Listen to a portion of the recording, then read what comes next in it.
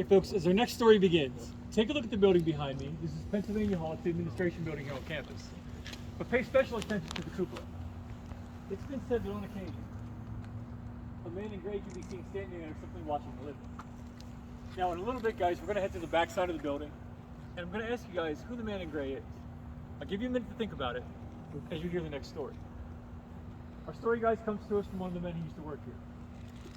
The dean has his offices in this building, and this man was the dean's assistant. Guys, he'd been here for a few years, and he liked his job. But he said one evening he was working late, and instead of taking the stairs, he decides to take the elevator from his third floor office. Guys, he gets in the elevator, goes all the way down, the door's open, and he's blown away. He couldn't believe what he'd seen in front of him. He described the battle scene. He could see men screaming and running. He could hear cannons firing. But did he really see it? What do you do at that point? Do you get back in the elevator? Yep. Yeah, guys, he did. He said he got back in the elevator, let the doors close, and he went back upstairs. He said, nobody's going to believe me. They've got to see this for themselves. So it took a bit of convincing. He said, but some of his co-workers did join him. And he began talking about what happened. He said, watch. When the doors open, watch what you see. Guys, the elevator hits the bottom floor, the doors open. And what do they see? Nothing. The cars in the parking garage. Yeah. Exactly what they should see. He said, no, you don't understand. There was a battle scene here. I saw it just minutes ago. Guys, from that day on, he worked here for another 10 years. He was the dean's assistant. But from that day forward, he never took the elevator to the third floor again. He always walked up and down the stairs. Right?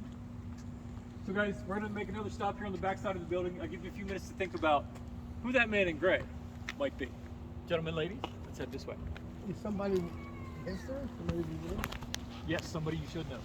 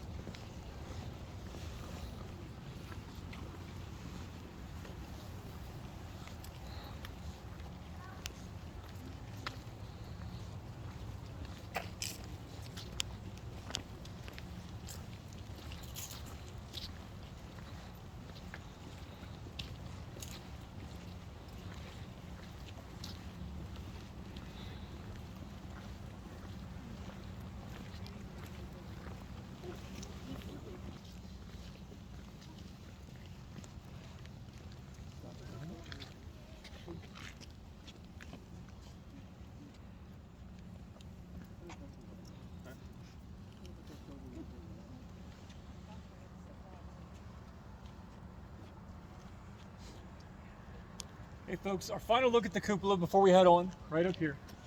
What do you guys think? You've had a minute to think. Who's the man in gray that's been seen up there? Say that again for me. Lee. General Lee? General Lee. It's a good guess. You guys agree with that, General Lee? Should. Because he's right. Yeah. Guys, historically we know that General Lee stood in that cupola and directed troop movements during the Battle of Gettysburg. You guys may not realize it, but you're only about 3 miles north of the town proper, right? Guys, the fighting started where we just came from. Hers Ridge, Oak Ridge, came that way through the campus and through the south end of town.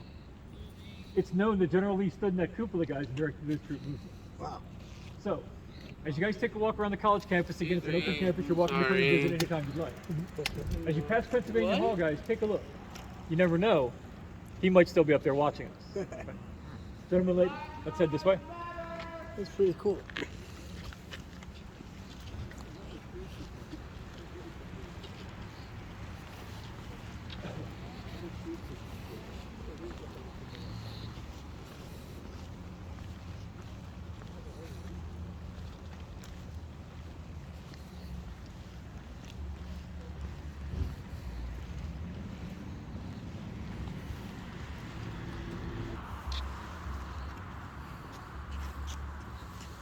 So guys, as we continue tonight, we have to cross the small campus street here, and the college is very specific about how we do it.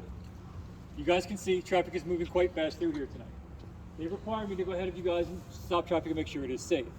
As we cross, I'm going to stop in the middle, you guys keep walking. Please take your time, watch your step. When you guys cross, if you would, please join me just there in front of the church. Okay, folks, come on across, please. Watch your step, take your time. No rush.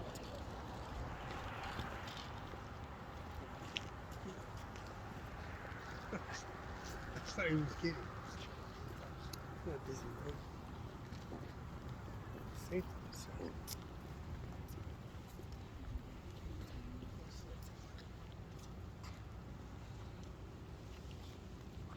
Guys, let's head this way.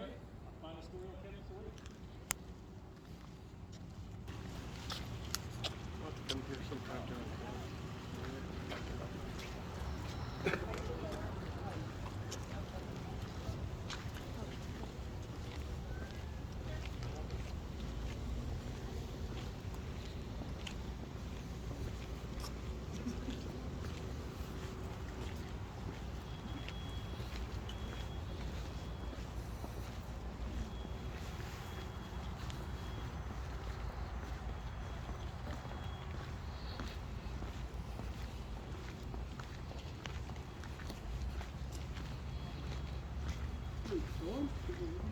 Yes, there's the door.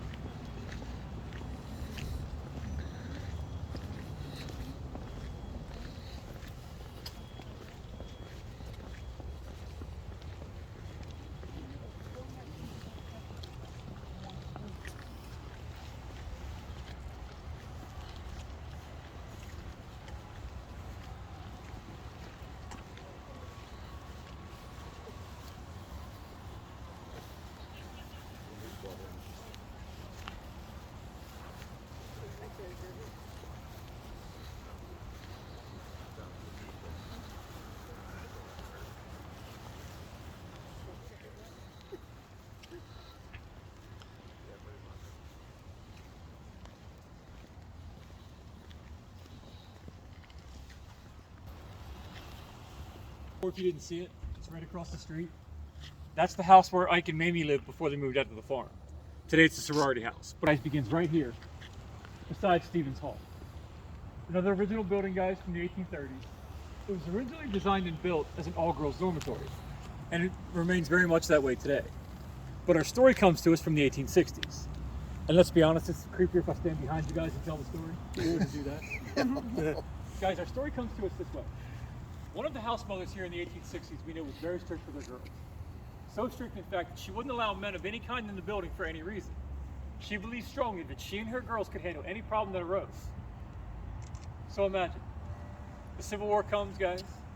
The girls are in here. And one winter evening, from that third floor window, it's the first snowfall of the year. The girls are looking out the windows, they're excited, trying to catch the snowflakes. When one girl leans out a bit too far, what happens?